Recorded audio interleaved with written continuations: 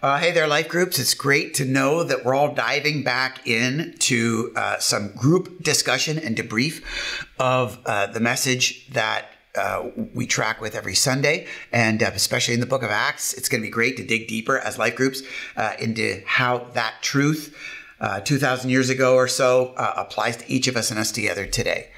For a recap, if you missed it, this is a very interesting section of text because it describes a very one-of-a-kind moment in human history between the ascension of Jesus and the arrival of his Holy Spirit, between the ascension and Pentecost.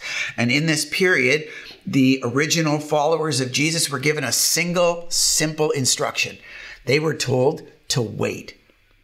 But waiting for them meant a few things other than just waiting around.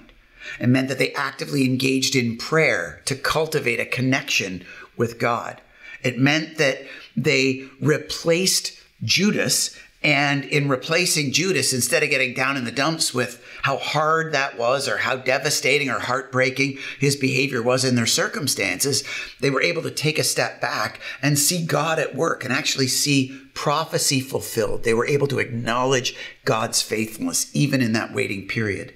And then when they went to practically replace Judas, they kind of got it close to the finish line and then engaged in this practice called casting lots, where it was as if they handed the reins of control back over to God to make sure in this time between Jesus being with them in person and Jesus being with them in spirit, they were still giving God the fullness of control. And so they were enabling the influence of God.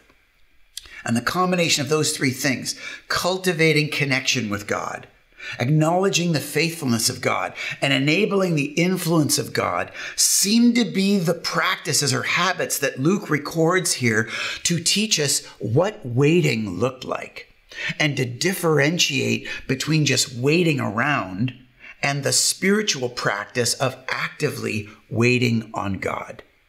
And so as life groups, I'd encourage you to kind of process that and gain some clarity on that and make sure that you understand the difference between just passively waiting around and this spiritual practice called waiting on God. Maybe share if you've ever experienced that or experimented with that before.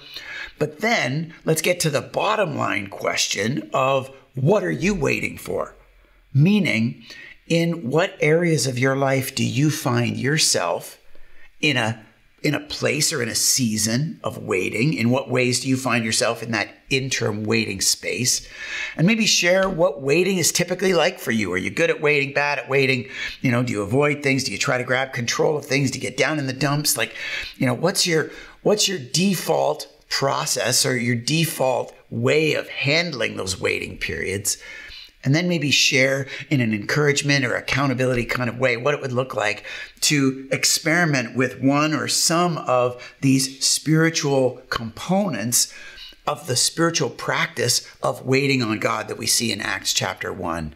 And as you close with a prayer time, maybe you can encourage each other in that accountable kind of way for those specific situations of interim waiting periods where you personally and where we together as a church family find ourselves. I think it's going to be a great discussion. Certainly, this has been a tremendously relevant and timely passage in my life and in my household. So I'm looking forward to all the conversation that you'll have as a group. I want to bless you and wish you all the best as you process this back half of Acts chapter 1. Have a great group, everybody.